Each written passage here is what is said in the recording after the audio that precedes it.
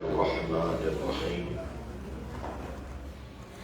الحمد لله الذي لا يبلغ مدحته القائلون ولا يحصي نعماءه العادون ولا يعدي حقه المجتهدون الذي ليس لصفته حد محدود ولا نعت موجود ولا وقت معدود ولا أجل ممدود فترى الخلائق بقدرته ونشر الرياح برحمته. الصلاة والسلام على الرسول المسدد المصطفى الأمجد المحمود الأحمد سيدنا ومولانا ومولى الكونين جد الحسن والحسين معاني أبا القاسم محمد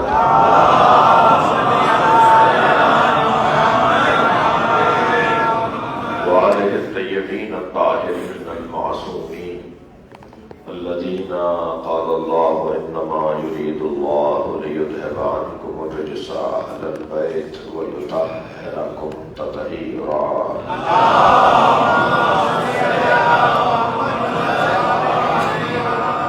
ولعنة الله على أعدائهم أجمعين من يوم عداوتهم إلى قيام يوم الدين. أما بعد، قال الحكيم في القرآن الكريم: بسم الله الرحمن الرحيم. قل هل يستوي الذين يعلمون والذين لا يعلمون إنما يتذكر أولو الألباب. صلوات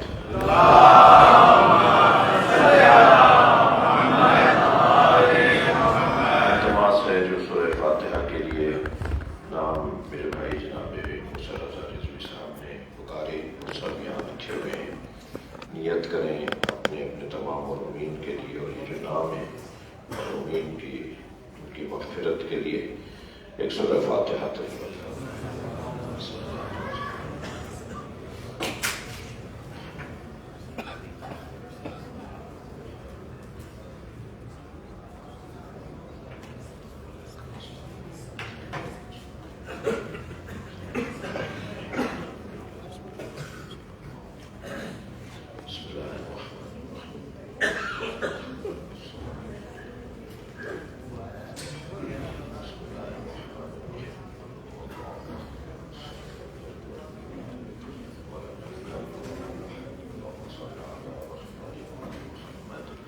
حاجات کی برابری اور یہ نام ہے بیماروں کے، مریضوں کے. آپ کے ذہن میں عزیز و قارب میں جو مریض ہیں ان سب کی شفا یابی کے لیے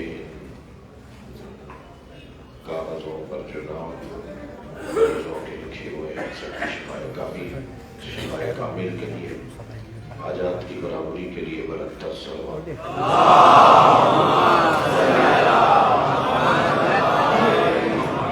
اس سے برکت صلوات.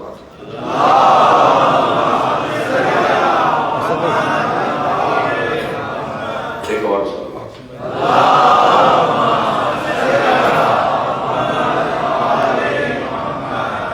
سورہ مبارکہ زمر کی نویں آیت ہے، آیت نمبر 9 ہے جو میں نے آپ کے سامنے تلاوت کی ہے. اللہ اپنے اس کلام میں ارشاد فرما رہا ہے: قل، اے میرے حبیب کہہ دیجئے، هل يستوي الذين يعلمون والذين لا يعلمون، کیا وہ لوگ جو جانتے ہیں اور وہ لوگ جو نہیں جانتے برابر ہیں؟ انما يتذكر اولو الالباب، بتحقیق یہ اولو الالباب کے لیے ایک تذکر ہے، ایک اعلان ہے، ایک اظہار ہے اور ایک یادآوری ہے. صاحبان عقل سے بات ہو رہی ہے، بے وقوفوں سے تو بات ہی نہیں ہو رہی. صلوات پڑھے ذرا محمد.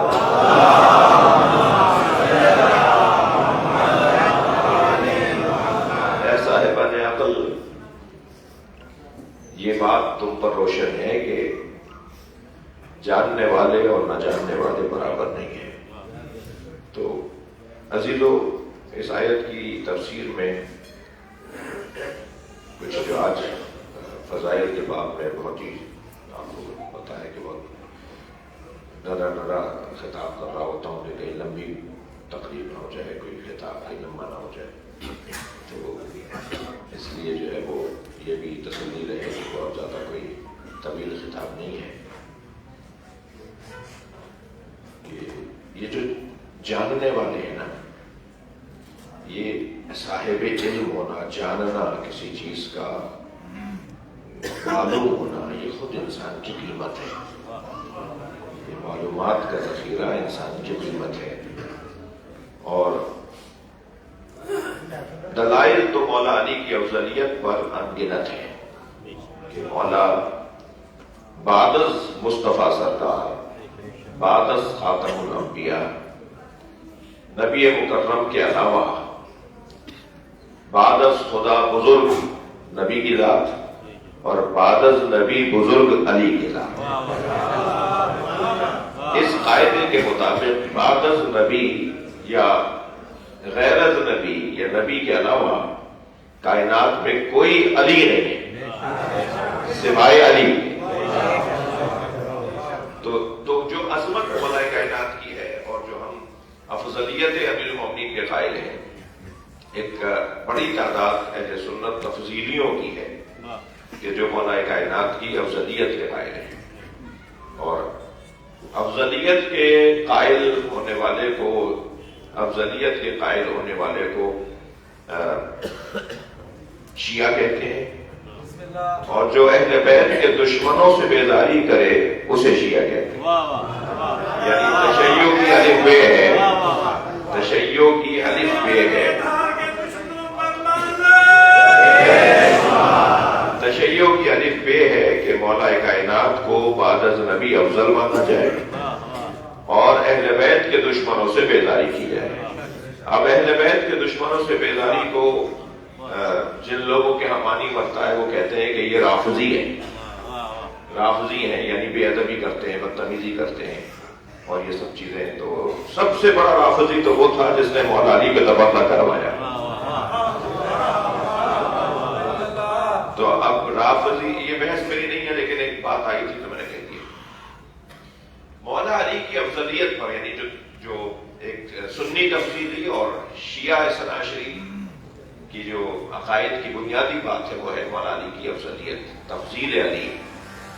مولا علی کی افضلیت پر ہمارے پاس دلائل انگنت ہے، یعنی انگنت دلائل کا مطلب انگنت ہے، مگر جو سب سے بڑی دلیل ہے مولا کی افضلیت کے اوپر وہ علم علی ہے۔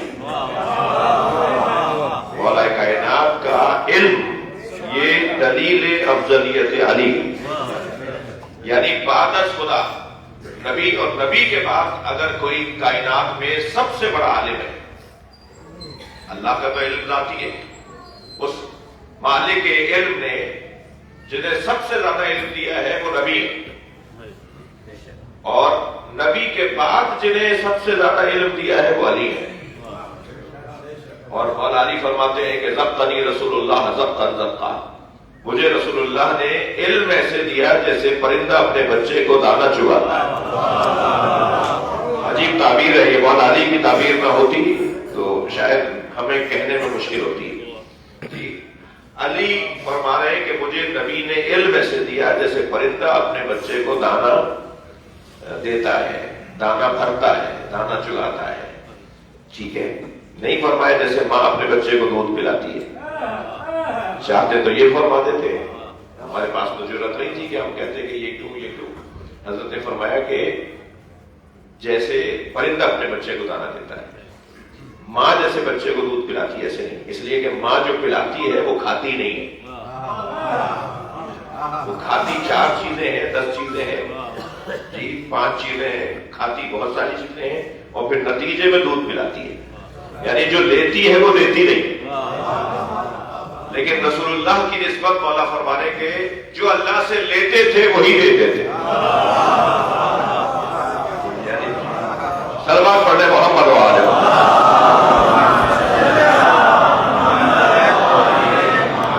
تمہیدی بیان سے گزر رہا ہوں، آپ کی توجہ حق مجھے اور چاہیے۔ علم علی مولا کائنات کا علم آپ کی افضلیت کی سب سے بڑی دلیل ہے.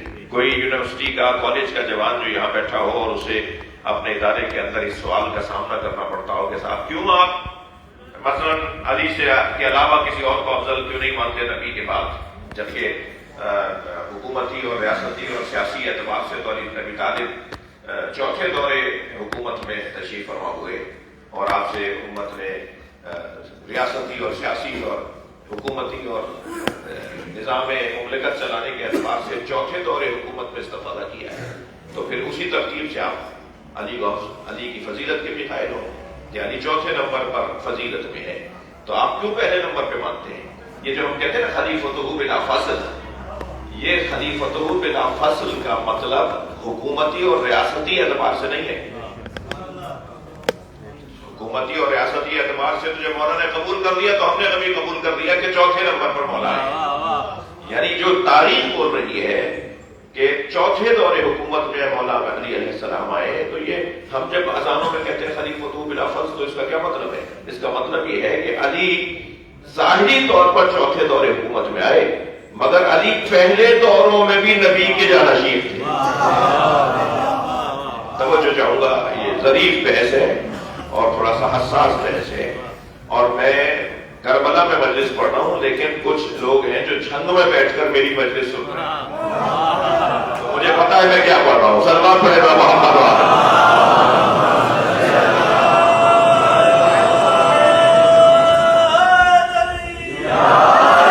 اور بلند صلوات نبی کی رات.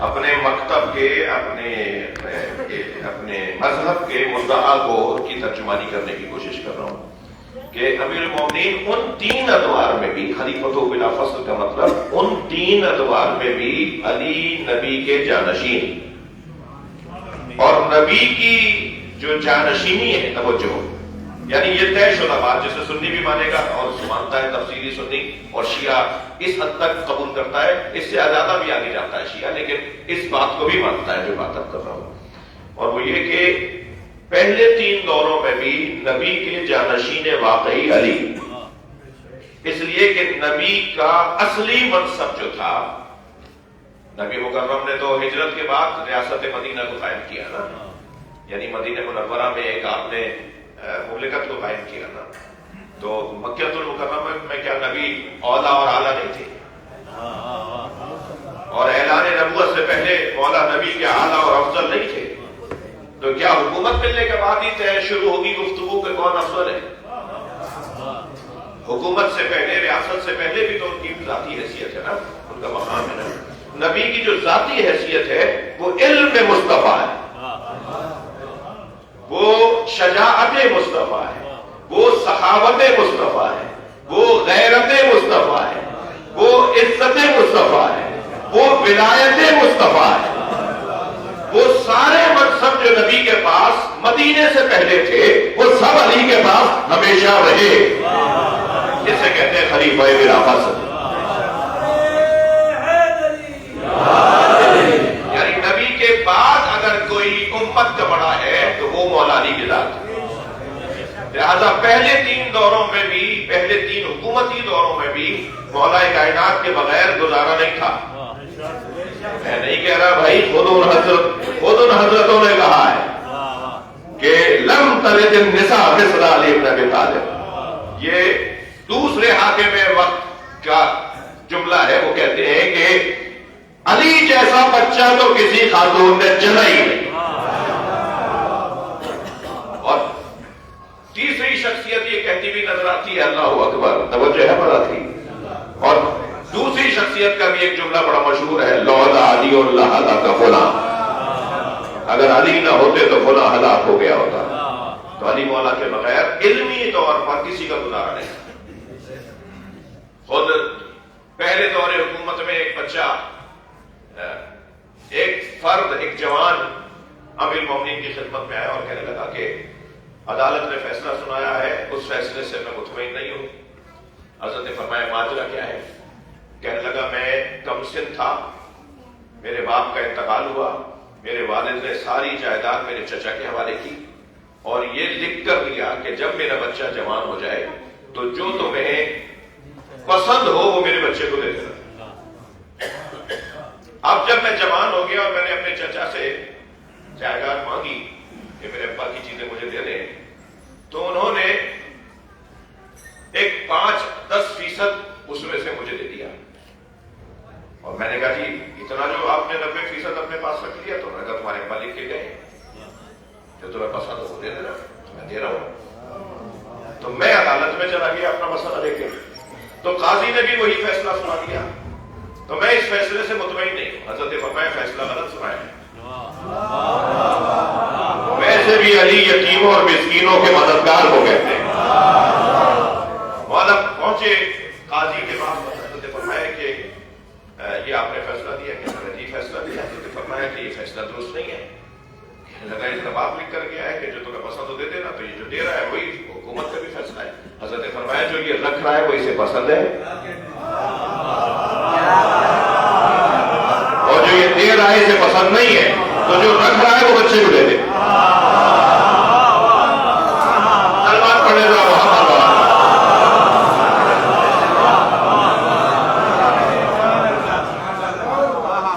اس وقت حاکم وقت نے کہا اگر علی نہ ہوتے تو میں ہلاک ہو جاتا۔ میری حکومت میں ایسے فیصلے ہوتے ہیں اگر علی بن ابی طالب رہنمائی بنا ہوتی۔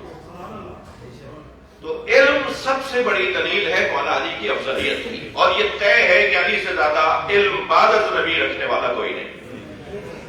میں ان بچوں جوانوں سے کہہ رہا ہوں اگر آپ کو یونیورسٹی میں کالج میں یہ سامنا اس سوال کا سامنا کرنا پڑے تو ان سے کہیں کہ جو دلیل حضرت آدم کی افضلیت کی ہے، تھک تو نہیں ہے میری باتوں سے، فرشتوں پر صلوات نبی اور آل نبی پر،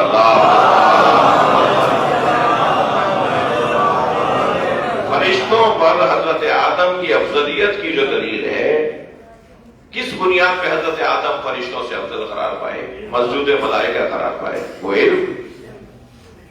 جی پوچھا کہ بتاؤ ہم بیعونی علی ہؤلاء الاسماء، بتاؤ یہ نام کیا ہے، یہ مجھے بتاؤ یہ کیا ہے؟ تو فرشتوں نے کہا ہم تو وہی جانتے ہیں جو تو نے ہمیں بتایا ہے، ہم تو اس سے زیادہ نہیں جانتے، اور حضرت آدم نے بتا دیا۔ تو میں اس بحث میں نہیں جانا چاہ رہا کہ فرشتوں نے کہا ہم تو وہی جانتے ہیں، انی عالم والا، ہم وہی جانتے ہیں جو تو نے ہمیں بتایا ہے، اور حضرت آدم علیہ السلام نے زیادہ بتا دیا، تو کیا حضرت آدم کو زیادہ بتایا تھا؟ نہیں، دونوں کو ایک جیسے ہی بتایا تھا، ورنہ تو عدل الہی کے خلاف۔ فرشتوں کو بھی اتنا ہی جتنا علم دیا اتنا ہی حضرت آدم کو دیا، دونوں کو علم دے کر پوچھا کہ آپ جواب دو، پڑھایا دونوں کو ایک جیسا، مگر فرشتے نہیں بتا رہے اور وہ بتا رہے۔ فرق کیا ہے؟ فرق یہ ہے کہ جو اپنے علم سے استنباط کی صلاحیت رکھے اسے آدم کہا جاتا ہے،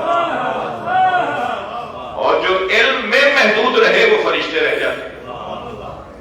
جی علم ان کے پاس بھی وہی تھا، علم ان کے پاس بھی وہی تھا، مگر حضرت آدم میں یہ صلاحیت تھی کہ وہ اپنے علم سے نتیجہ بھی لے سکے بلا تشبیہ، صرف جوانوں کے ذہن کو قریب کرنے کے لیے۔ معلومات کا ذخیرہ کمپیوٹر میں بھی ہوتا ہے، اور معلومات کا ذخیرہ آپ کے ذہن میں بھی ہوتا ہے، مگر کمپیوٹر معلومات سے استنباط نہیں کرتا، مگر آپ کا ذہن اس معلومات سے نتیجہ بھی نکالتا ہے۔ تو آپ جب ایک دو چیزوں کو جوڑ کر تیسری چیز خود بناتے ہیں تو یہ ہے علم کا نتیجہ۔ وہ حضرت آدم کے پاس صلاحیت زیادہ تھی، جب حضرت آدم کے پاس صلاحیت زیادہ تھی تو حضرت آدم افضل قرار پائے فرشتوں کی نسبت۔ تو جو دلیل حضرت آدم کی افضلیت کی ہے وہی دلیل مولا کائنات کی افضلیت کی۔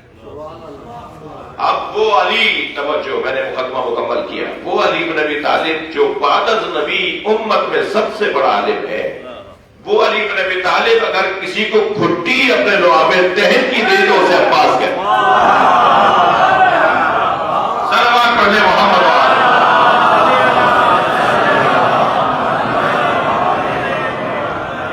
یعنی میں لفظوں کو اور ذرا بہتر اور روشن کروں کہ جیسے نبی مکرم نے اللہ سے علم لے کر مولا علی کو دیا، ایسے علی نے علم حضرت عباس کو دیا. لہذا وہی لفظ جو حضرت امیر المومنین نے اپنے لیے فرمایا ذکرنی رسول اللہ ذکرا، یہی لفظ حضرت عباس نے اپنے لیے فرمایا کہ میرے بابا نے مجھے علم ایسے دیا جیسے پرندہ اپنے بچے کو دانا دیتا. اب جب علم حضرت عباس تک منتقل ہو رہا ہے تو ایسے ہی مولا امام حسین کو دیا، امام حسن کو دیا. ان کا تو بہت روشن مفاہیم ہے آئمہ اہل بیت کے حوالے سے، لیکن حضرت عباس کا مقام علمی وہ بہت ظریف اور حسین بحث ہے. اچھا، انسان پہچانا جاتا ہے بات کرنے پر. میرے مولا علی فرماتے ہیں تکلموا تعرفوا، بولو تاکہ پہچانے جاؤ.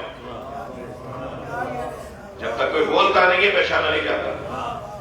سب سے زیادہ مجہول انسان ہی وہ ہوتا ہے جو گونگا ہوتا ہے، یعنی یا تو گونگا ہو یا زبان ہونے کے باوجود نہ بولتا ہو. بھائی اس کو ذرا بلواؤ، پتا تو چلے ہے کون. بھائی اس سے ذرا اس کو ٹٹولو، اس کو ذرا کرے دو، ذرا اس کو ذرا چٹنی کرو، ذرا اس کے ساتھ کوئی بات تو کرو، پتا تو چلے یہ آدمی کون ہے.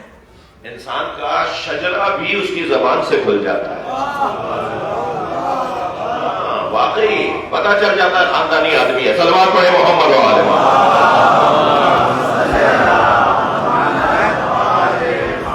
اور حتیٰ یہ بھی پتا چل جاتا ہے کہ حسب و نسب بھی اس کا کچھ ایسا ہی ہے. ماحول کیا ہے، زبان کیا ہے، کس ماحول میں رہا ہے، کون کس تہذیب میں رہا ہے. ایک زبان گوشت کا ایک 6 انچ کا لوتھڑا، 6 انچ کا ہے نا، یہ 6 انچ کا لوتھڑا ہے. یہ 6 انچ کا گوشت کا لوتھڑا بغیر ہڈی کا گوشت، دائیں بائیں رقص کرتی ہوئی زبان جی، 32 سلاخوں کے درمیان قید شدہ ایک وجود جب یہ رقص نمائی کرتا ہے دہن کے اندر تو لغت بننا شروع ہو جاتی ہے، اور مافی ضمیر بھی اور مافی ذہن بھی بیان ہونا شروع ہو جاتا ہے. لہذا معصوم فرماتے ہیں نبی فرماتے ہیں نحنو معاشر الانبیاء نکلم الناس علی قدر عقولہم. یہ دوسرا قاعدہ، ہم انبیاء، ہم گروہ انبیاء، اور یہی کہ قاعدہ قانون ائمہ کے لیے بھی ہے کہ ہم ائمہ اہل بیت لوگوں سے ان کی عقلوں کے مطابق بات کرتے ہیں. ایسا قاعدہ ہے یہ. میں تو کہتا ہوں کہ پروفیسر حضرات، ڈاکٹر حضرات، خاص طور پر مینجمنٹ سے وابستہ افراد جو اس مولا کے قول کو فریم کروا کے اپنے آفس میں لگائیں. اگر مینجمنٹ سے جڑے ہوئے افراد، انتظامات سے جڑے ہوئے افراد اگر اس قول کو مولا کا اپنے آفس میں لگا لیں تو پھر وہی بولیں گے جو سامنے والے کو سمجھ میں آئے. جو مسائل ہیں ہمارے اداروں میں، جو الجھنیں ہیں ہمارے اداروں میں، ان کا بھی حل ایک اس فارمولے میں ہے کہ کس طرح سے لوگوں کو ساتھ لے کے چلنا ہے، بات بھی پہنچ جائے اور فساد بھی نہ ہونے پائے. تو بولنا اور بولنے کا ڈھنگ آنا یہ بڑا ہنر ہے، بہت بڑا کام ہے جی. ایک چیز کو منتقل کرنا. بھائی پتہ نہیں کیا کہہ رہے تھے، سر میں درد ہو گیا، 3 گھنٹے سے ان کو سن رہے تھے ہمیں تو 3 گھنٹے میں ان کی ایک بات بھی سمجھ میں نہیں آئی. تمہیں بھائی سمجھ میں آئی؟ برابر والا دوسرے والے سے پوچھتا ہے تم بھی تو تھے، کچھ سمجھ میں آیا؟ صاحب ہم بھی تبر ہو کر بیٹھ گئے، وہ سب نے بٹھا دیا تھا تو ہم بھی تبر ہو کر بیٹھ گئے، ہمیں بھی کچھ سمجھ میں نہیں آیا. تو یہ جو گفتگو ہے نا کہ بات کرنے کا سلیقہ آنا چاہیے اور سامنے والے کو اپنی بات سمجھانے کا سلیقہ آنا چاہیے، اور الفاظ ایسے ہوں کہ جو بات منتقل ہو جائے، کسی کو کوئی پریشانی بھی نہ ہو اور بات منتقل بھی ہو جائے. یہ ہنر اگر سیکھنا ہے تو نہج البلاغہ پڑھنا پڑے گا. علی بتائیں گے کہ کیسے بولا جاتا ہے. یہ عرب دنیا، دیر تو نہیں ہو رہی مجھے، یہ عرب دنیا شعر میں گفتگو کرنا زیادہ بہتر اور آسان سمجھتی تھی. مصروں میں ایک دوسرے سے باتیں کرتے تھے. نبی مکرم کے زمانے میں، اعلان اسلام سے پہلے، اعلان اسلام کے بعد تک، مدتوں بعد تک یہ اشعار میں تو پورے دیوان انہیں یاد ہوتے تھے. اپنے مطلب کو، اپنے نقطے کو بیان کرنے کے لیے کسی کا شعر سنا دیتے تھے. بہت ہے اس کی مثالیں.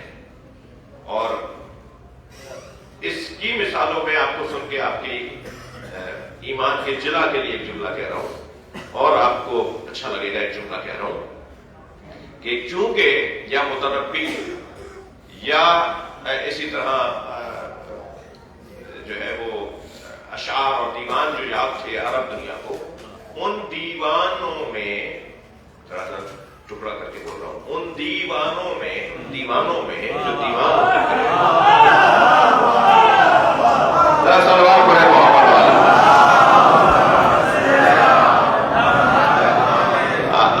آپ کی یہی تو سماعت ہے جو ہمیں اور اچھا پڑھنے کا موقع فراہم کرنا ہے۔ ان دیوانوں میں ایک ہی عقل کا مجموعہ تھا جسے دیوان ابو طالب کہا جاتا ہے۔ سلوات پڑھنے محمد و آل محمد۔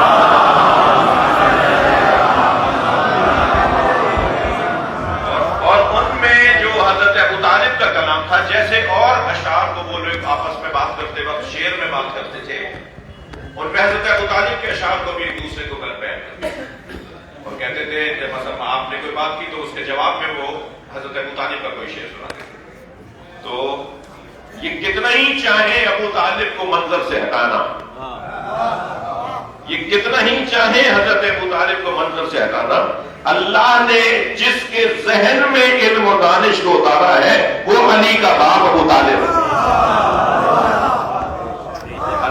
اس نظم کے زمانے میں بھی حضرت ابو طالب کے بغیر کوئی محفل تمام نہیں ہوتی تھی، مگر انہیں نثر میں بات کرنا نہیں آتا تھا، جملے نہیں بنا پاتے تھے، عربی کے جملے نہیں بنا، نثر میں اور خاص طور پہ نثری تحریر میں لکھنا، نثر میں لکھنا، اس کے موجد مولا علی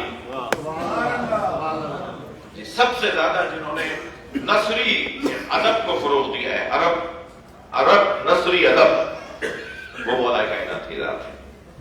تو علی مولا نے جو کلام ہمیں ہم تک ان کا پہنچا ہے، اس میں سب سے مشہور کلام تو نہج البلاغہ ہے، اس کے علاوہ بھی مجموعے ہیں، لیکن جو مشہور ہے سید رضی، آپ کل جائیں گے ان خبر پر امام موسیٰ کاظم علیہ السلام کی مزار مقدس کے ساتھ ہی سید رضی کا مزار ہے، یعنی مولا کے مزار کے ساتھ ہی ان کی قبر ہے، چھوٹی سی کمرے کے اندر ان کی قبر ہے، مزار کے باہر نکلنے کے بعد۔ اگر میں موسیٰ بھائی کے میں نے جملے میں دخالت نہ دوں کہ وہاں سے باہر نکلنے کے بعد خود سے پوچھ لیجیے گا کسی سے کہ سید رضی سید مرتضیٰ کی قبریں کہاں ہیں، تو جنہوں نے نہج البلاغہ کو مرتب کر کے دیا نا 1000 سال پہلے، یہ 1000 سال پرانا مجموعہ ہے جو سید رضی نے مرتب کر کے دیا ہے، یعنی سید رضی نے اپنے ذوق کے مطابق مولا کے کلام مختلف کتابوں سے نکالے۔ اس وقت میں آج تو سافٹ ویئر ہے بھائی، ابھی دونوں مولانا تشریف فرمائے ایک موبائلوں میں سافٹ ویئر ڈلے ہوئے ہیں، تو پہلے تو ہزاروں میل کے فاصلے طے کر کے جانا پڑتے تھے ایک کتاب دیکھنے کے لیے کہ وہ وہاں جو کتاب موجود ہے اس میں کیا لکھا ہوا ہے، بہت مشکل سے کام کیا ہے ہمارے بزرگوں نے۔ تو مجھے تو تعجب ہوتا ہے جب مطلقاً علماء کے خلاف کوئی بات کر رہا ہوتا ہے نا، ہاں مجھ جیسے کے خلاف بولو تو تمہیں کوئی ثواب بھی ملے، یہ جو مطلقاً علماء کے خلاف بات کی جاتی ہے نا، امامے والے ایسے اور علماء ایسے، تو مجھے ان پر رحم بھی آ رہا ہوتا ہے، بیچاروں کے اوپر جو ایسی باتیں کر رہے ہوتے ہیں، اور افسوس بھی ہو رہا ہوتا ہے کہ تمہیں کیا پتا کہ یہ تشیع کا پیغام کس مصیبت، کس مشکل سے یہاں تک پہنچا ہے۔ جی 1 مہینے تک اپنے آپ کو بند کر کے رہے علامہ عبدالحسین امینی لکھنؤ میں میر حامد حسین ہندی اعلی مقاموں کی لائبریری کے اندر، تب انہوں نے 10 جلدوں میں الغدیر نامی کتاب لکھی ہے۔ کوئی کم بات ہے، یہاں سے ایران سے ایران سے پھر ہندوستان گئے، وہاں 1 مہینے لائبریری میں بند رہے، کہاں باہر سے تالا ڈال کے چلے جاؤ، مجھے اندر کام کرنے تھے۔ اور کس مصیبت سے سفر ہوئے کیے جاتے تھے اس زمانے میں، کتنے مسائل تھے اس زمانے میں، کتنے ہی عراقی اور ایرانی علماء ہندوستان میں گئے اور صحبتوں کی وجہ سے وہاں پر وہ شہید ہو گئے، رحلت کر گئے۔ اور ایک بحث علیحدہ سے ہے کیونکہ علم کی بات ہو رہی ہے تو اس لیے ضمناً بات پوری بھی نہیں ہے جو میں کر رہا ہوں۔ تو کس مشکل سے سفر کر کے جاتے تھے اور ایک کتاب دیکھنے کے لیے جاتے تھے، صرف ایک کتاب۔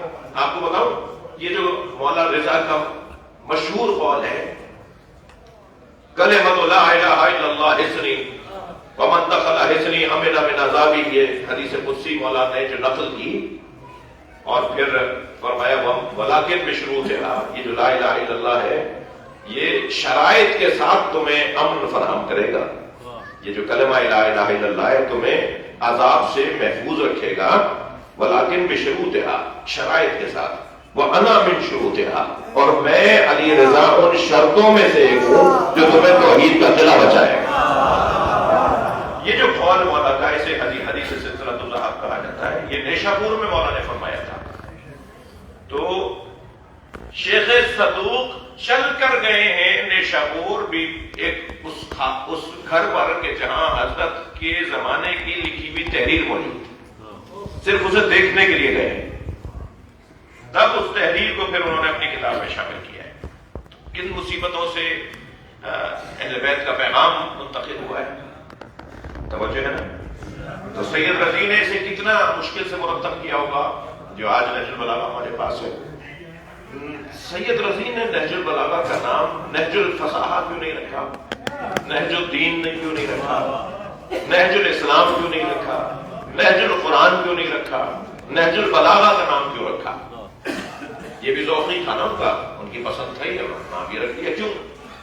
اس لیے کہ فصاحت اور ہے، بلاغت اور. فصاحت اچھے الفاظ پر مشتمل مجموعے کو کہتے ہیں، لیکن بلاغت ان اچھے الفاظ کے برتنے کو کہتے ہیں. کہاں کیا لفظ بولا جائے اسے بلاغت کہا جاتا ہے. ہر لفظ اچھا بھی ہو تو وہ ہر جگہ اچھا نہیں ہوتا. لفظ بہت اچھا ہے، سجا ہوا ہے.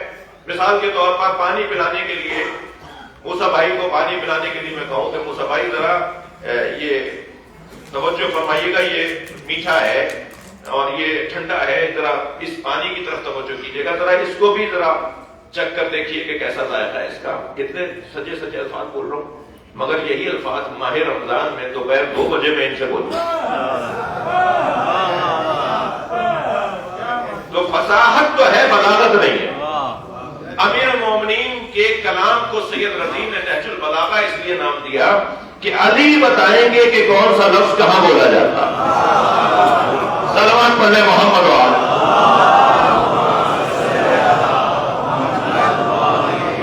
تھوڑا سا آگے آنے کی گزارش کر لوں آپ سے، ایک صلوات پڑھتے ہوئے.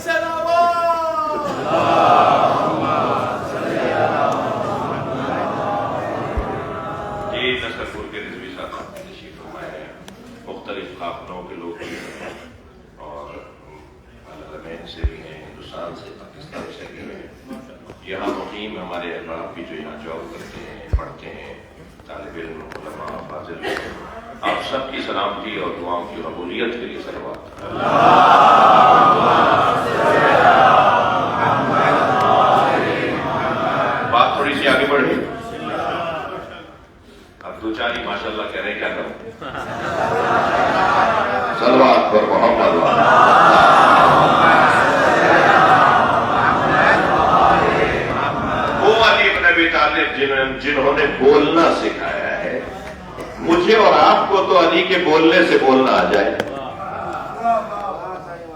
جس علی کے بولنے سے ہم بولنا سیکھ رہے ہیں، اس مولا علی نے عباس کو بولنا سکھایا ہے.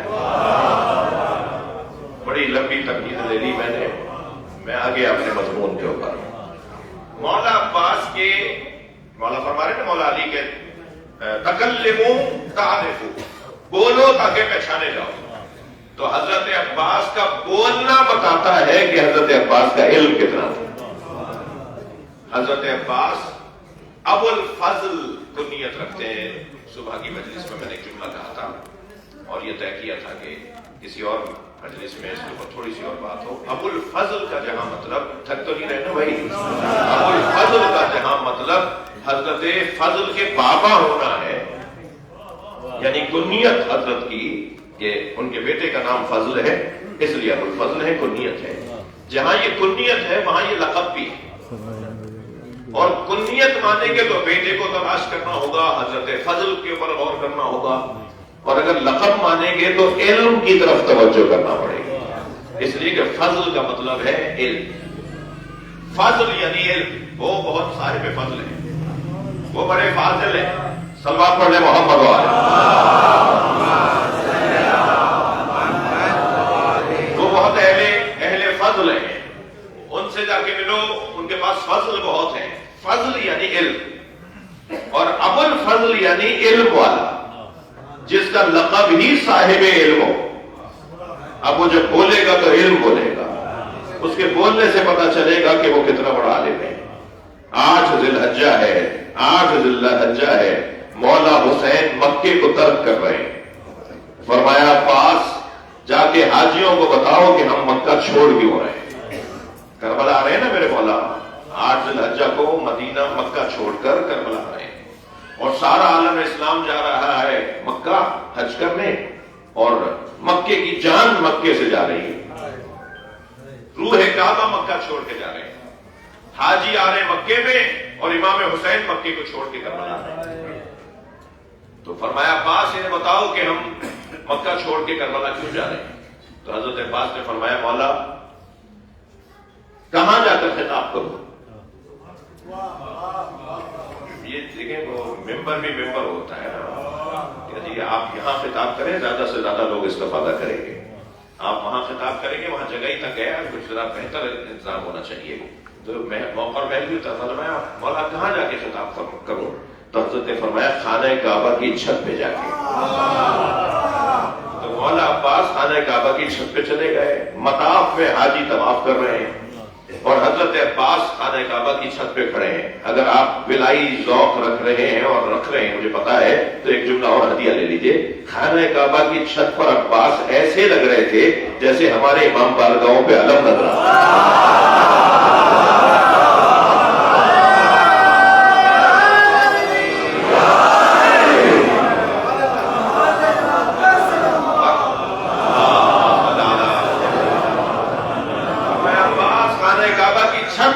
خطبہ دو اور لوگوں کو بتاؤ کہ میں مکہ چھوڑ کر کیوں جا رہا ہوں. یعنی ممبر کعبہ بنا دیا گیا، کعبے کو ممبر بنا دیا گیا، اور خطیب ممبر حضرت عباس کو بنا دیا گیا. تو اب میں لفظ اگر اور بہتر کر لوں کہ عباس اسے کہتے ہیں جو خطیب کعبہ ہے، جن کا ممبر ہی کعبہ بن جائے. وہ خانہ کعبہ کی چھت پہ کھڑے ہو کے خطبہ ارشاد فرما رہے ہیں، اور مولا حسین سامنے خیمے میں تشریف فرمائے. جی آج بھی جو کعبے کے اندر یعنی خانہ کعبہ کے اندر یعنی حرم الہی کے اندر یعنی مسجد الحرام کے اندر جو رواق بنے ہوئے ہیں، جو محرابیں چھوٹی چھوٹی بنی ہوئی ہیں، وہ اس وقت میں وہاں تک خیمے لگتے تھے، یا اور تھوڑے پہلے تک خیمے لگتے تھے. حضرت خیمے میں تشریف فرمائے. حضرت عباس خانہ کعبہ کی چھت پہ کھڑے ہیں، اور حضرت عباس نے خطبہ ارشاد فرمایا. جی 32 جملے ہیں اس خطبے میں. خطبہ پکار کے بتا رہا ہے کہ زبان علی کے لعاب سے دھلی ہوئی زبان، جو نہج البلاغہ کا اسلوب ہے نا ادب میں، وہی اسلوب مولا کائنات کا اسلوب حضرت عباس کی زبان پر ہے. 32 جملے حضرت نے ارشاد فرمائے ہیں. مجھے اجازت دیجیے کہ میں 32 جملے آپ کے سامنے بیان نہ کروں. میں نے کہا ہے بیان نہ کرو. 32 جملے تو مجھے کم سے کم مجھ طالب علم کو ان کی تشریح کرنے کے لیے 4-5 نشستیں چاہیے. تو مجھے اجازت دیجیے کہ ان میں سے چند جملے میں آپ کو ہدیہ کروں. 32 جملے بہت ہیں، یعنی ایک ایک جملہ حضرت کا جب تک ذائقہ میں نہیں لوں گا آپ کو منتقل نہیں کر پاؤں. اصل تو ذائقہ، اصل تو غذا یہ ہے جو اس وقت ہم کھا رہے ہیں. بہت اچھی اچھی غذائیں ہمارے بھائی نے ریسٹورینٹ میں لگائی بھی ہیں، اوپر کیفیٹیریا میں کیا بولتے ہیں اس کو، ریسٹورینٹ میں لگائی بھی ہیں، مگر ان غذاؤں کا کیا مقابلہ علمی غذاؤں سے. جو اصل غذائیں تو یہ ہے نا، اصل حلوے تو یہ ہے. یہ جو علمی گفتگو ہے نا یہ حلوے ہیں، یہ جو علم ہے نا یہ اصل غذا ہے. اب مولا کے چند جملے میں نے عرض کیا کہ 32 جملے تو نہیں کہہ پاؤں گا، لیکن کیونکہ آج کی مجلس مخصوص ہے مولا عباس کے ساتھ، اس لیے میں تمہید مانتے ہوئے اپنی منزل پر آیا ہوں. مولا خانہ کعبہ کی چھت پہ کھڑے ہیں، مولا حسین سامنے خیمے میں بیٹھے ہیں، حضرت عباس خطبہ شروع کر رہے ہیں، فرماتے ہیں الحمدللہ الذی شرف ھذا، حمد ہے اس اللہ کے لیے جس نے اس گھر کو شرف عطا کیا، الحمدللہ الذی شرف ھذا بقدوم ابی، ان کے بابا کے قدموں کی وجہ سے صلوات پڑھنے محمد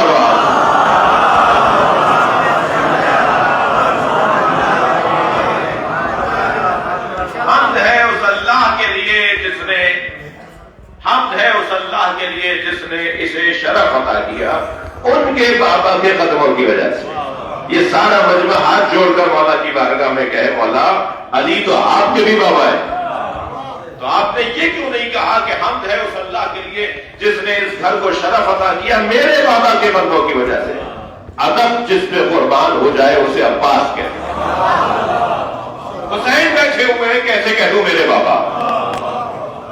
میرا جب بڑا موجود ہے تو افضلیت، فضیلت اور فضائل کی نسبت اس کی طرف ہوگی، میری طرف نہیں ہوگی۔ یہ ادب ہے حضرت عباس کا کہ امام حسین کے ہوتے ہوئے اپنی طرف نسبت نہیں دے رہے مولا علی کو۔ یہ سکھایا جا رہا ہے، یہ بتایا جا رہا ہے کہ جب کسی بڑے کے پاس بیٹھو گے تو تمہیں کیسے بولنا ہے، کیا بات کرنی ہے۔ خطبہ شروع کر رہا ہوں، الحمدللہ الذی شرف ھذا بقدوم ابی، کانا بالامس بیتا سارا قبلتن، جو کل تک اینٹوں اور پتھروں کا اور گارے کا گھر تھا وہ علی کی قدموں کی وجہ سے کعبہ بنا ہے، علی کی وجہ سے قبلہ بنا ہے۔ اور پھر خطبہ آگے بڑھتا، ایتھا الکفرۃ الفجر، توجہ ہے بلندی، ایتھا الکفرۃ الفجر، اے کافرو، اے مشرکو، اے کافرو، اے فاجرو۔ کہاں خطاب ہو رہا ہے؟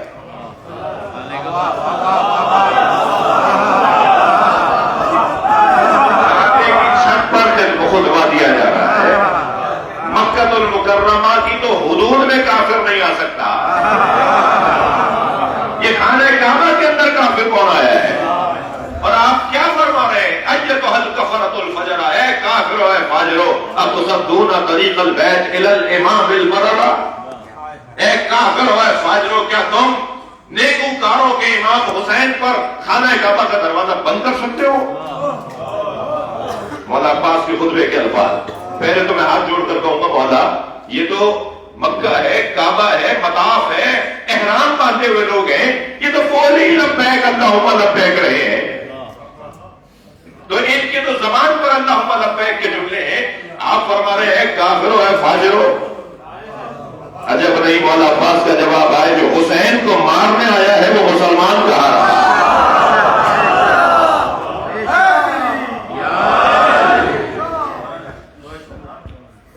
تصدون طریق البیت الی الامام البررہ، کیا تم نیکوکاروں کے امام یعنی حسین پر اس گھر کا دروازہ بند کر سکتے ہو؟ اب جملہ سنیں، فرماتے ہیں لولا الحکم العلیٰ واعتبارہ الجلیٰ، اگر حکمت الہیہ نہ ہوتی اور لوگوں کی آزمائش میں پڑنے کا خوف نہ ہوتا، جملہ سنیں مولانا، قربان جائے مولانا، اگر حکمت الہیہ نہ ہو اور لوگوں کے امتحان میں پڑنے کا خوف نہ ہو، لطار البیت لہ قبل ان یمشی لدیہ، اگر لوگوں کی آزمائش میں پڑنے کا خوف نہ ہوتا تو حسین کے کعبے کی طرف آنے سے پہلے کعبہ اڑ کر حسین کے پاس چلا جاتا، یہ منظر بنتا، جب بھی حسین کعبے کی طرف پڑھتے تو یہ منظر بنتا، مگر یہ منظر لوگوں کو آزمائش میں ڈال دیتا۔ یہ اگر منظر بنتا کہ حسین جب بھی کعبے کی طرف پڑھ رہے ہیں تو کعبہ اڑ اڑ کر ان کے پاس جا رہا ہے تو لوگ آزمائش میں پڑ جاتے ہیں۔ اللہ کی حکمت یہ ہے کہ ایسا نہ ہو، لوگوں کی آزمائش میں پڑنے کا خوف تھا تو ایسا نہیں ہوا۔ قد استلم الناس الحجر والحجر یستلم یدہ، فرماتے ہیں کہ سب حجر اسود کو جا کر بوسہ دیتے اور حجر اسود حسین کے ہاتھوں کا بوسہ دیتا۔ مولا حسین حسین کے فضائل پڑھ رہے ہیں حضرت عباس سے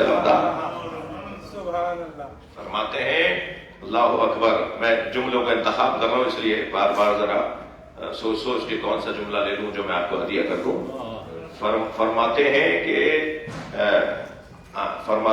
کہ انتم فی غلطۃ التی وقعت فیہ القریش انہم یرادون قتل رسول اللہ وانتم تريدون قتل ابن بنت رسول اللہ.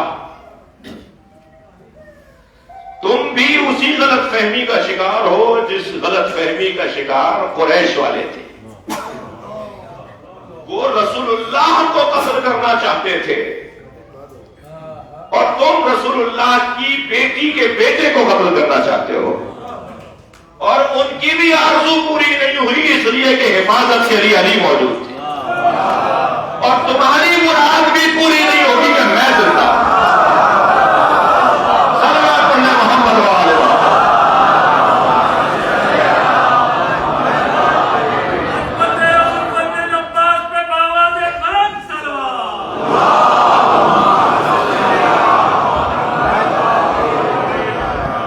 اور اگر تم چاہتے ہو کہ تمہاری مراد پوری ہو تو ان کی طرح کر کے دکھاؤ جو وہ نہیں کر پائے. کہ پہلے علی کو مارتے تب نبی کو مار سکتے تھے, ایسے اگر تم چاہتے ہو حسین کو مارنا تو پہلے عباس کو مار کے دکھاؤ. اتخافون, بس آخری جملہ دیا کروں, فضائل کا باب ہے. اتخافون بالموت نحنو یلعبون بالموت فی الطفولیہ کیف کان فی الرجولیہ. کیا بلاغت ہے. فرماتے ہیں کہ تم ہمیں موت سے ڈراتے ہو, تم ہمیں موت سے ڈراتے ہو جو بچپن میں موت کی کلائی توڑ چکے ہو, اور جوانی میں موت کا کیا حل کریں گے. ہم وہ گھرانہ ہے کہ جو اپنے بچپنے میں موت سے لڑ چکے ہوتے ہیں. ہم موت سے لڑ چکے, موت ہمیں مارنے والی نہیں ہے. یہ تو ارادہ ہے پروردگار ہوتا ہے, مشیت الہی ہوتی ہے کہ ہم اللہ کے بلانے پہ چلے جاتے ہیں, ورنہ موت ہمیں نہیں مارتی. جو موت کو مار دے اسی کو شہید کہا ہے. شہید کی مختصر تعریف یہ ہے, صلوات پڑھے محمد و آل محمد. میری موت کو شہید نہیں مارتا, آپ کی موت کو شہید نہیں مارتا, اپنی موت کو شہید مارتا ہے. ٹھیک ہے, شہید کی اپنی زندگی ہے. وہ جب موت کو مار دیتا ہے, اپنی موت کو مار دیتا ہے, تو پھر وہ شہید ہو جاتا ہے, اور جو شہید ہے وہ زندہ ہے. قرآن کہہ رہا نا شہید زندہ ہے. قرآن نے کہا لا تحسبن الذین قتلوا فی سبیل اللہ امواتا بل احیاء عند ربہم یرزقون. جو ہمارے راستے میں مرنے والے ہیں ان کے بارے میں مت سوچا کرو کہ وہ مر گئے ہیں, وہ زندہ ہیں اور ہم سے رزق پاتے ہیں, اور تمہیں پتا نہیں ہے کہ رزق کیسے دیتے ہیں. ہم شہیدوں کو رزق, قرآن ہے بھائی, یہ نہیں کہ صاحب تقریر کر کے چلے گئے, قرآن ہے.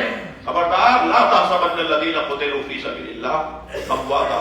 جو اللہ کے راستے میں اپنی جان دے دیتے ہیں انہیں موت, مردہ, مرنے والا نہ کہو, بل احیاء, یہ زندہ ہے.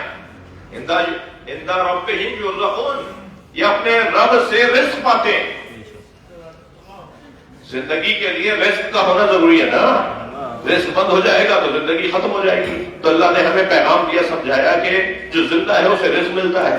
تو تمہیں تو روٹی مل رہی ہے, تو پانی مل رہا ہے, تو ہوا مل رہی ہے, تو سالم غذائیں مل رہی ہیں, تو تم اپنے آپ کو زندہ سمجھ رہے ہو, اور سمجھ رہے ہو کہ جسے قبر میں لٹا کے آ گئے وہ مر گیا ہے. خبردار, جو قبر میں لیٹا ہوا ہے وہ مرا نہیں ہے. میرا ایک اپنی عقیدت کا جملہ ہے جسے تکرار کر رہا ہوں, میں زندہ ہوں اس پر مجھے شک کرنا چاہیے, حسین زندہ ہے اس پہ یقین ہونا چاہیے. ان سے زیادہ کوئی زندہ ہی نہیں ہے, ان سے زیادہ کوئی زندہ نہیں ہے. تھک کے نہیں سنیں گے. جن کا ذکر زندگی بانٹتا ہو اسے حسین کہتے ہیں. خود حسین ابن علی کی زندگی کتنی ہوگی. تو ہم ان کا ذکر کرتے ہیں تو ہمیں زندگی مل رہی ہوتی ہے. یہ قبر میں ضرور موجود ہے مگر ہمیں سن رہے ہیں. وہ مماتی اور حیاتی والے جو دو گروہ ہیں مسلمانوں میں، کہ صاحب یہ مماتی ہیں کہ مر گئے، اور یہ حیاتی ہیں کہ نہیں یہ زندہ ہے، اور بحثیں ہو رہی ہیں کہ نہیں یہ توحید کے خلاف ہے، قرآن کی آیت کے خلاف تم بولو تو تم مسلمان۔ جب قرآن نے کہا ہے یہ زندہ ہے اور اپنے رب سے رزق پاتے ہیں تو کم سے کم انہیں مردہ تو مت کہو۔ اب انتم لا تشعرون، ایک اور آیت کے اندر قرآن کہتا ہے، اللہ کہتا ہے تم نہیں جانتے کہ ان کی زندگی کیسی ہے، تو بس یہ بولو نا ہم نہیں جانتے۔ تم تو بول رہے ہو ہم جانتے ہیں، تم تو اپنی تقریروں میں، اپنے مناظروں میں، اپنی کتابوں میں کہتے ہو نہیں مردہ ہے، ہم جانتے ہیں۔ قرآن کہہ رہا ہے تم نہیں جانتے، تم ان کی حیات کا شعور نہیں رکھتے۔ تو احتیاط اسلام کا تقاضا یہ تھا کہ آپ کہتے ہیں ہمیں نہیں پتا وہ کیسے زندہ ہے، مگر زندہ ہے، قرآن کہہ رہا ہے زندہ ہے۔ تو شہید زندہ ہے، توجہ، اور اللہ سے رزق پاتا ہے۔ اور شہید کی مختصر تعریف یہ ہے کہ شہید اسے کہتے ہیں جو صاحب تقویٰ ہو۔ متقین کی کم سے کم تعریف شہید ہے، یا لفظوں کو بہتر کروں کہ شہید یعنی متقی۔ شہادت سے بڑا تقویٰ ہی نہیں ہے۔ تقویٰ کسے کہتے ہیں؟ تقویٰ یعنی خدا کی خاطر زندگی گزارنا۔ مثلا میں سادی زبان میں کہوں، اگرچہ یہ تعریف کتابی تعریف نہیں ہے، خدا کی خاطر زندگی گزارنا یعنی تقویٰ۔ تو شہید سے زیادہ خدا کی خاطر کس نے زندگی گزاری؟ جان دے دی، اس سے زیادہ اور کیا تقویٰ ہوگا؟ تو متقی وہ ہے کہ جو خدا کی خاطر زندگی گزارے، اور شہید سب سے بڑا متقی اس لیے کہ اس نے خدا کی خاطر اپنی زندگی گنوا دی۔ جو زندگی گزارے وہ تو متقی، جو زندگی سے ہاتھ اٹھائے وہ متقی کہتے ہیں۔ تو شہید نے اپنی زندگی سے ہاتھ اٹھا لیا، اور قرآن کے پہلے صفحے پہ لکھا ہوا ہے اللہ اکبر الذین یؤمنون بالغیب۔ صاحبان تقویٰ کون ہیں؟ یہ کس کے لیے؟ ہدی للمتقین۔ یہ قرآن متقین کی ہدایت کے لیے ہے، اور متقین کی 3 تعریفیں بیان ہوئی ہیں۔ سب سے پہلی تو تعریف یہ ہے کہ وہ غیب پر ایمان رکھتے ہیں، دوسری تعریف یہ ہے کہ نماز قائم کرتے ہیں، اور تیسری تعریف یہ ہے کہ مما رزقناہم ينفقون، ہم انہیں دیتے ہیں اور وہ بانٹ دیتے ہیں۔ تو اب بھی یعنی مدد سمجھانے کی مجھے کوئی ضرورت ہے؟ اب بھی امام حسین سے مدد مانگنے پہ دلیلیں چاہیے؟ سب سے بڑے متقی کو شہید کہا جاتا ہے، اور شہید کو متقی کہا جاتا ہے، اور متقی وہ ہے کہ اللہ اسے دیتا ہو اور وہ بانٹ دیتے ہو۔ تو حسین کے دروازے پہ یہ مجمع آئے اس لیے کہ یہ بانٹنے والا دروازہ۔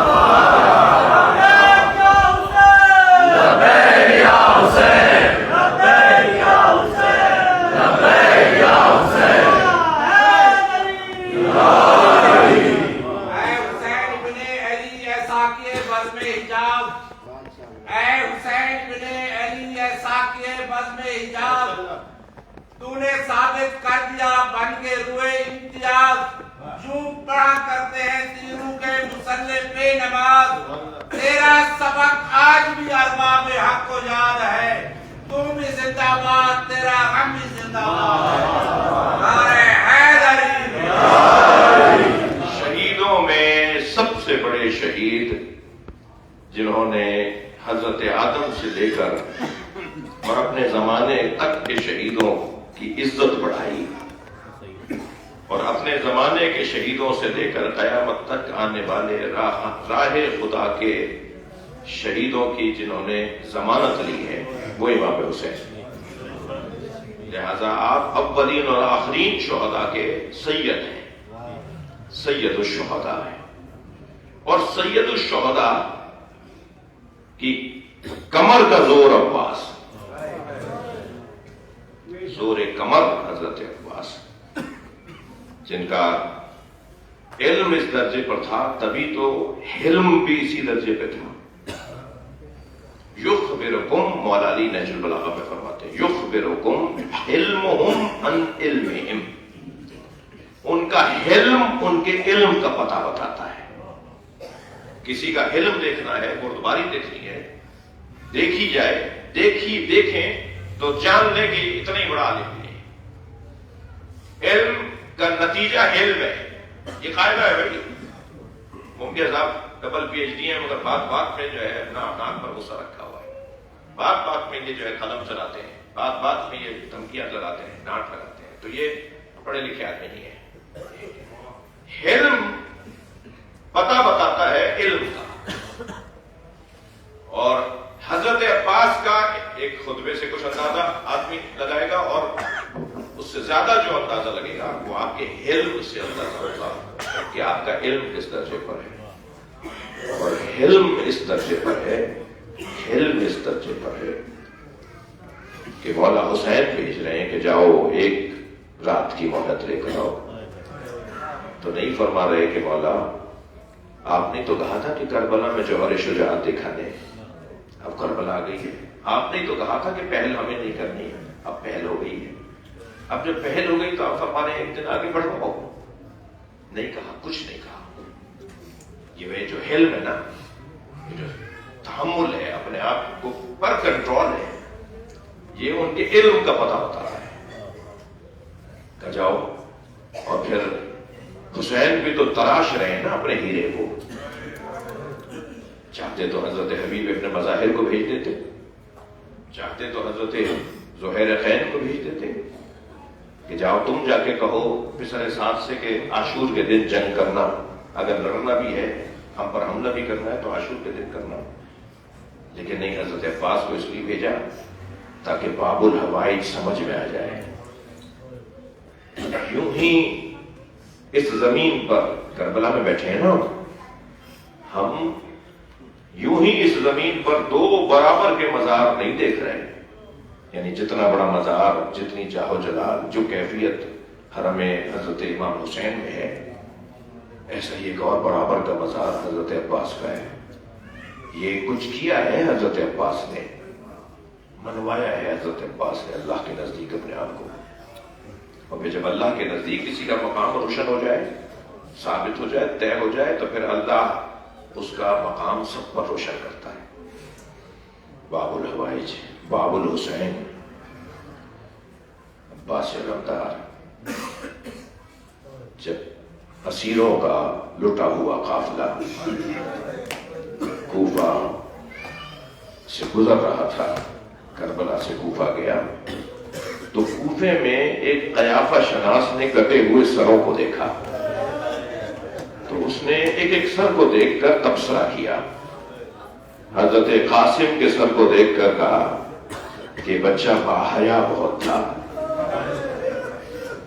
امام حسن کا بیٹا ہے نا، یہ بچہ باحیا بہت تھا. اور اس کا چہرہ بتا رہا ہے کہ اس کے اندر عفت و حیا کمال پر تھا. پھر کہتا ہے کہ ذرا غور سے بھی تو دیکھو، حسین کتنا ہے. تو کسی نے کہا کہ تمہیں کیسا لگ رہا ہے؟ کہنے لگا کف القد القمر، چاند کا ٹکڑا ہے.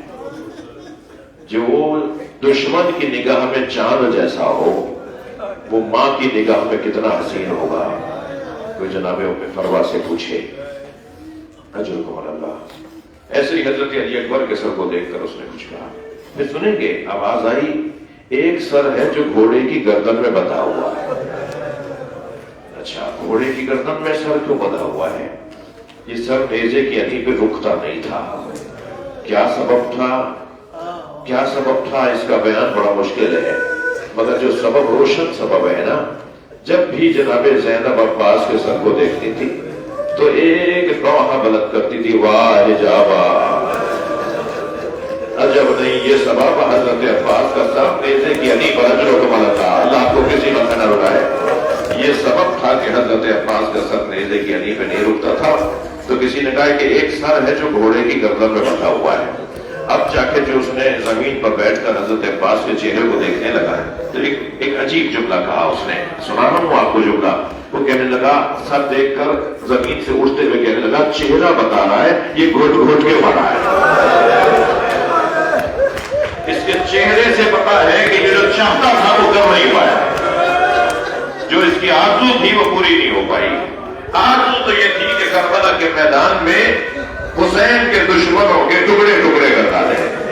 مگر حسین نے فرمایا، مولا نے فرمایا، عباس جاؤ، جا کے بچوں کے لیے پانی لے کر آ جاؤ. عزاداروں مجلس ہو گئی، آپ کی آنکھوں میں آنسو آ گئے. میں صرف 2 منزلیں اور لوں گا. ہر شہید کی شہادت میں ایک خاص امتیاز ہے. یعنی جو کیفیت حضرت علی اکبر کے ہاں پائی گئی وہ حضرت قاسم کے نہیں تھی، جو حضرت قاسم کے تھی وہ حضرت علی اکبر کے نہیں تھی۔ اسی طرح جو کیفیت حضرت عباس کے تھی وہ کسی اور شہید کے نہیں تھی۔ وہ 4 کیفیتیں ہیں جو مخصوص ہیں حضرت عباس کے ساتھ۔ آپ کی آنکھوں میں آنسو ہیں۔ پہلی کیفیت بتاؤ کہ جو حضرت عباس کے ساتھ مخصوص ہے، کسی شہید کے بازو شہادت سے پہلے نہیں کٹے۔ اجرکم اللہ۔ ہاں، شہادت کے بعد تو امام حسین کا بازو کاٹا گیا، شہادت کے بعد تو حضرت علی اکبر کا بازو کاٹا گیا، لیکن واحد شہید ہیں جن کے بازو ان کی زندگی میں کٹے ہیں۔ اور شاید اس خصوصیت کا سبب یہ ہو، اجرکم اللہ، شاید اس خصوصیت کا سبب یہ ہو کہ ان ہاتھوں میں حضرت عباس نے پانی دیا تھا، مولا وہ ہاتھ ہی کٹوا دوں گا۔ ایک کیفیت حضرت عباس کی شہادت کی ہے۔ دوسری کیفیت سنیں گے؟ اگرچہ میں کہتا ہوں اگر اس کیفیت پر بھی میں کچھ دیر رکا رہوں تو جناب زہرا کی خوشنودی کا سبب ہے۔ بی بی فرماتی ہیں سلام ہو میرے عباس پر۔ ایک عارف کے خواب میں آ کے کہتی ہیں کہ ہمارے رونے والوں کو بتایا کرو نا کہ کوئی اگر بلندی سے گرے اور اس کے بازو نہ ہو۔ میرا عباس بلندی سے گرا، گھوڑے کی پشت سے گرا، میرے عباس کے بازو نہیں تھے۔ بشیر ابن جزرم کہتے ہیں کہ جب میں حضرت امام سجاد کے ساتھ اہل بیت کا لوٹا ہوا قافلہ جب مدینہ پہنچا تو امام سجاد نے مجھ سے فرمایا کہ سارے راستے تم نے بڑی خدمت کی ہے، آخری کام اور اپنا کر دو، جا کے مدینے کی گلیوں میں سنانی سنا دو، مرثیہ جا کے پڑھ لو اور بتاؤ مدینے والوں کو کہ حسین کا لوٹا ہوا قافلہ آ گیا۔ تو بشیر نے کالا علم ہاتھ میں لیا اور مدینے کی گلیوں میں مرثیہ یعنی سنانی سنا رہا تھا اور کہتا جا رہا تھا اے اہل یثرب مدینہ رہنے کے قابل نہیں رہا۔ تو بشیر کہتا ہے کہ جب میں محلے بنی ہاشم سے گزرا تو میں ایک گلی سے گزر رہا تھا کہ جیسے ہی میں نے آواز دی نا کہ حسین کا لوٹا ہوا قافلہ آ گیا تو ایک گھر کا دروازہ کھلا، ایک دم زور سے دروازہ کھلا تو میں نے کیا دیکھا، ایک طویل القامت بی بی ہے، ایک طویل القامت بی بی ہے جس کے کاندھے پر ایک بچہ بیٹھا ہوا اور اس کے ہاتھ میں عصا ہے اور مجھے پیر رکھتی ہے تو ایسا لگتا ہے کہ جیسے زمین کو زلزلہ ہے۔ اس کا ایک خاص روپ تھا، ایک جلال تھا اس کا۔ وہ گھر سے باہر نکلی اور مجھے آواز دے کر کہا بشیر کس حسین کی بات کر رہے ہو؟ وہ بی بی جس کا یہ جلال تھا وہ مجھ سے کہنے لگی بشیر کس حسین کی بات کر رہے ہو؟ تو میں نے کہا کہ میں پوچھ سکتا ہوں کہ میں کس سے بات کر رہا ہوں؟ تو ان کی آواز آئی میں ام البنین ہوں۔ اجرکم اللہ۔ حضرت عباس رضی اللہ عنہ سے مجھ سے جب اولاد کے سامنے ماں باپ کا ذکر کیا جاتا ہے نا تو اولاد خوش ہوتی ہے، اور جب ماں باپ کے سامنے اولاد کا ذکر کیا جاتا ہے تو ماں باپ خوش ہوتے ہیں۔ میں حضرت ام البنین کو یاد کر رہا ہوں، مولا عباس باب الحوائج ہم سے راضی ہو جائیں۔ وہ کہتا ہے کہ انہوں نے کہا میں ام البنین ہوں۔ جب جیسے بی بی نے کہا نا میں ام البنین ہوں تو کہتے ہیں میں کانپنے لگا، مجھ پر ان کا اور روب بڑھ گیا، میری گھبراہٹ بڑھنے لگی کہ میں ام البنین سے بات کر رہا ہوں۔ کہاں بشیر، کہاں مادر عباس سے حکم ہے؟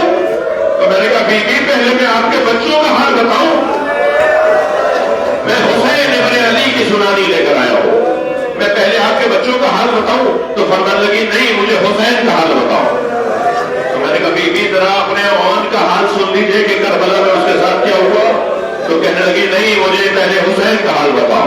پھر میں نے دوسرے بچے کا نام لیا کہ جعفر کا حال سن لیجئے۔ پھر فرمایا نہیں مجھے حسین ابن علی کا حال بتاؤ۔ پھر میں نے کہا عثمان کا حال سناؤں آپ کو؟ تو ایک مرتبہ جلال کی کیفیت میں کہا مجھے حسین کا حال سناؤ۔ تو میں نے کہا اگر بے ادبی نہ ہو تو عباس کے بارے میں سن لیجئے۔ تو کہنے لگی مجھے حسین کا حال سناؤ۔ تو میں نے کہا بی بی حسین کو کربلا میں مار دیا۔ تو کہتے ہیں جیسے ہی میں نے کہا کہ حسین کو کربلا میں مار دیا تو اس بی بی نے زمین پر پیر مارا اور کہا عباس کا تھا۔ جب حسین کو مارا جا رہا تھا عباس کا تھا۔ تو میں نے کہا بی بی آپ کے عباس کو مار دیا تھا، پہلے آپ کے عباس کو مارا گیا پھر حسین کو مارا گیا۔ اجرکم اللہ۔ مجلس ہو گئی، آپ نے گریہ کر لیا۔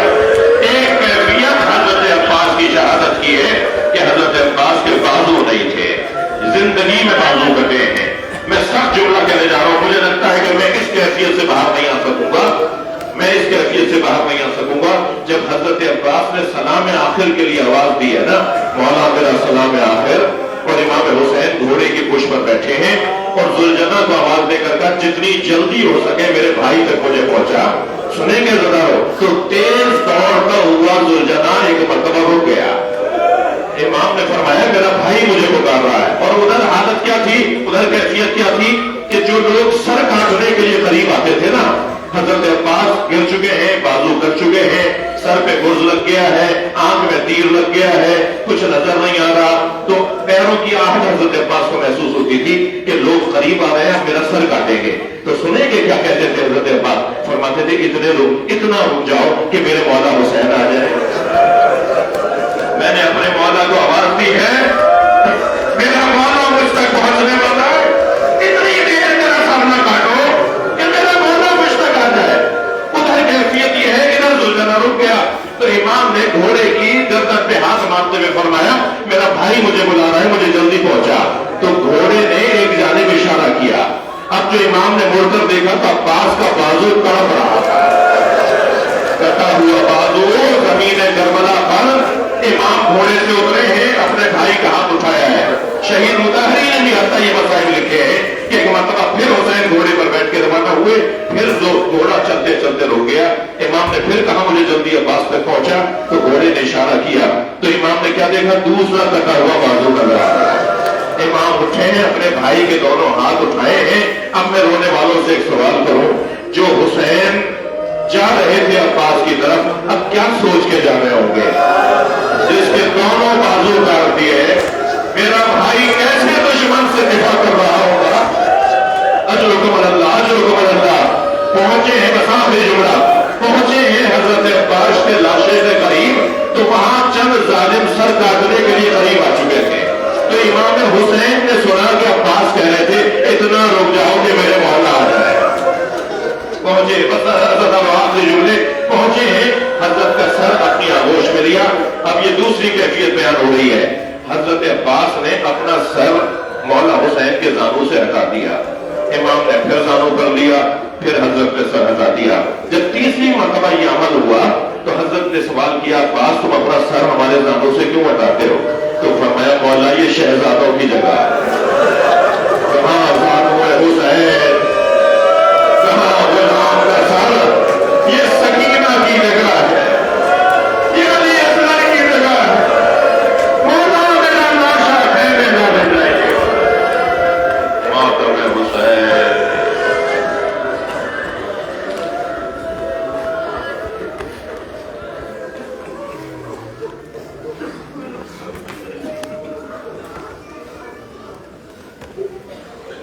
تھوڑا سا قابل آنے تھوڑا سا ماتم کریں گے۔ ہو گیا مرنا ستم عباس کا،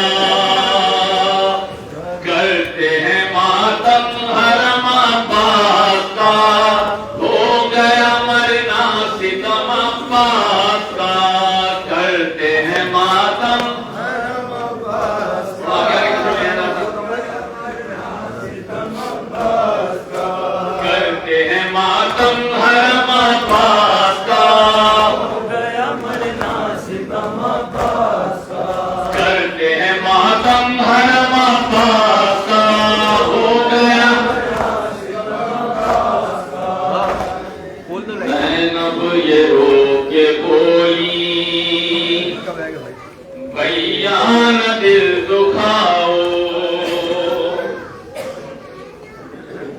تمام وہ ظاہرین سب کا وقت ہے، ہمارے والنٹیئر آپ کو علم دیتے رہیں گے، تمام جوان علم اٹھانا شروع کر دیں سرکل کے اسی نمبر کے بعد۔ زینب یہ رو کے بولی بھیا نہ دل دکھاؤ، کیا دیر کا سبب ہے یہ تو ہمیں بتاؤ، مشکینہ بھر کے جلدی دریا سے لو